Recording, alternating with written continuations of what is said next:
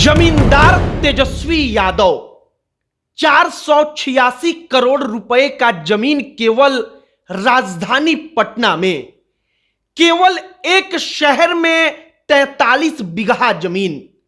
यह कहानी लालू प्रसाद यादव और उनके बेटे तेजस्वी यादव की है और उनके पूरे के पूरे परिवार की है। तेजस्वी यादव के ऊपर आरोप लगा है कि उनके पास 43 बीघा जमीन केवल पटना में है। अब लालू प्रसाद यादव पटना के रहने वाले तो नहीं हैं, उनका घर गोपालगंज में है, लेकिन पटना में 43 बीघा जमीन, क्या कोई मुख्यमंत्री, कोई विधायक, कोई मंत्री अगर ईमानदारी से कमाए फिर भी 400 करोड़ रुपए से ज्यादा के मूल्य का जमीन राजधानी में खरीद पाएगा, बना पाएगा? आगे इसी पर बातचीत करेंगे।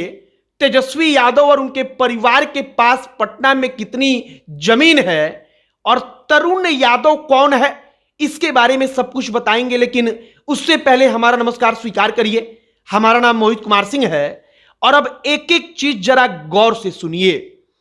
तेजस्वी यादव का नाम तरुण यादव है। जो क्रिकेट वो खेलते थे उस वक्त तक उनको तरुण यादव कहा जाता था।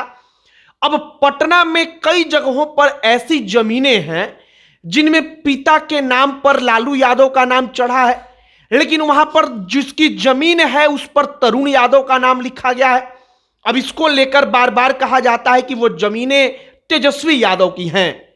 जेडीयू की तरफ से, नीतीश कुमार की पार्टी की तरफ से नीरज कुमार मीडिया में आकर कहते हैं कि अगर हम गलत हैं तो हमारे ऊपर मानहानि का मुकदमा तेजस्वी यादव कर सकते हैं। वो दावा करते हैं कि राजधानी पटना में 486 करोड़ रुपए का जमीन लालू परिवार के पास है। 486 करोड़ रुपए का 43 बीघा जमीन। आप अंदाजा लगाइए, जो राजधानी पटना में बड़े बड़े जमींदार होंगे उनके पास भी आज की तारीख में अगर इतने करोड़ रुपए के मूल्य के बराबर की जमीन है तो उनके पास कितना मूल्यवान जमीन है, आप इसका अंदाजा लगाइए। अब ये तमाम जमीनें कैसी हैं? तो लैंड फॉर जॉब का आपने नाम सुना होगा, मतलब कि नौकरी देकर जमीन लिया गया। कहा जाता है कि लालू प्रसाद यादव रेल मंत्री थे, उसी दौरान ये तमाम जमीनें उन्होंने अपने परिवार के नाम पर, अपने नाम पर लिया। अब आपको हम 4 नाम बताते हैं, जरा गौर करिएगा। इन 4 नामों में सबसे पहला नाम तरुण यादव, दूसरा नाम धन्नु, तीसरा दुर्गा और चौथा नाम गौरी भारती। अब ये तमाम जो नाम है उसके बारे में कहा जाता है कि लालू परिवार के लड़कों का नाम बदलकर उस वक्त पर जमीन ले लिया गया।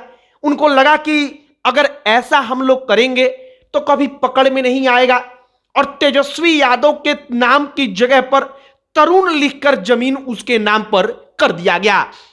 अब राजधानी पटना में तेजस्वी यादव लालू परिवार के पास 43 बीघा जमीन की खबर आप सुन रहे हैं।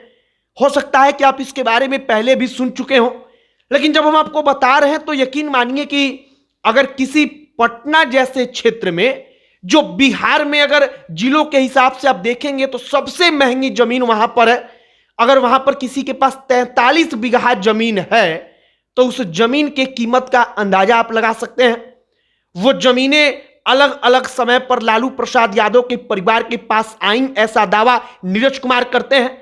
वो कहते हैं कि 2024 में चुनाव जीतेंगे, फिर से बीजेपी एनडीए की सरकार आएगी और उन तमाम जमीनों पर अनाथाश्रम, वृद्धाश्रम, ये तमाम चीजें खोली जाएंगी और वो जमीनें लालू परिवार से छीन ली जाएंगी, क्योंकि वो जमीनें असलियत में उनकी है नहीं।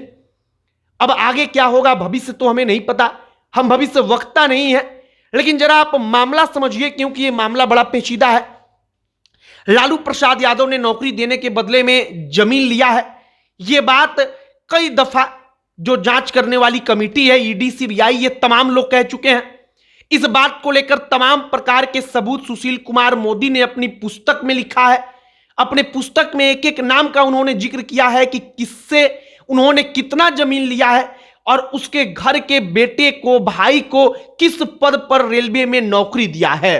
फिलहाल अब आगे तमाम चीजें जांच होंगी तो पता चलेंगी, लेकिन फिलहाल 400 करोड़ रुपए से ज्यादा की जमीन, 43 बीघा जमीन केवल पटना में, और अगर पटना को छोड़ दिया जाए तो उन्होंने कहा कि लैंड फॉर जॉब में उन्होंने कुल मिलाकर 77 बीघा जमीन तमाम अलग अलग लोगों से अपने परिवार के नाम पर कराया है। और 77 बीघा जमीन अगर कोई आदमी लेता है तो उसके वैल्यू का अंदाजा आप लगा लीजिए।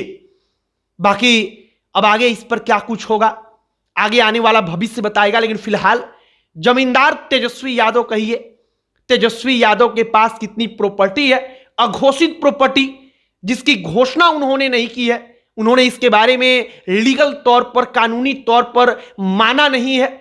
यह तमाम चीजें जांच का विषय है और जांच इस पर चल रही है। लेकिन फिलहाल ये सब कुछ सुनकर आपको कैसा लगा कमेंट बॉक्स में लिखकर बताइएगा। अब अंत में हमारा परिचय, हमारा नाम मोहित कुमार सिंह है। बहुत बहुत धन्यवाद।